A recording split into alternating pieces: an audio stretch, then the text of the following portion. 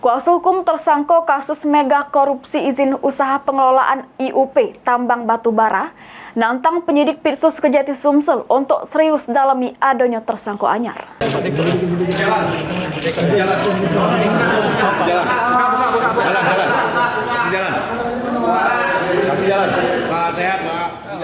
Juru perkara dugaan korupsi pengelolaan tambang atau izin pertambangan IUP batubara PT Andalas Bara Sejahtera yang nimbul ke kerusakan lingkungan hidup tahun 2010 sampai 2014 di Sumatera Selatan.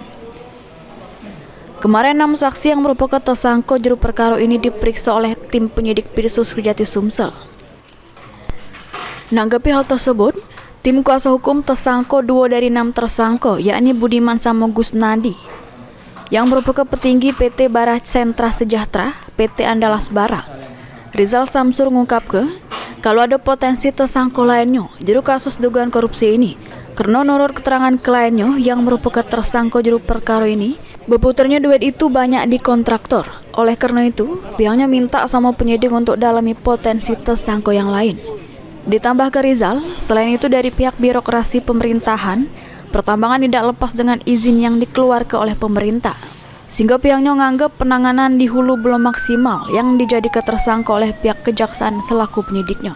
Aku PH dari 2 klien itu Pak Budiman sama Pak Gusnadi, kita berasumsi, kita menganggap ada potensi tersangka lain. Karena menurut kita dalam konstruksi pertambangan itu ada penambang, ada kontraktor. Nah, apa yang diceritakan oleh klien kita, perputaran duit ini banyak di pihak kontraktor. Nah, oleh karena itu kita minta kepada penyidik untuk bisa mendalami potensi-potensi tersangka yang lain. Untuk birokrasinya sendiri itu kan hulunya pasti izin kan ada birokrasi dari Pemkab, itu gimana menurut kita? Ya, kalau bicara masalah birokrasi, kan penambangannya tidak lepas dari pihak pemerintah atau birokrasi. Nah, sampai sekarang kita menganggap hulunya ini belum maksimal yang dijadikan tersangka oleh pihak pihak kejaksaan selaku penyidiknya. Lutfi, PAL TV.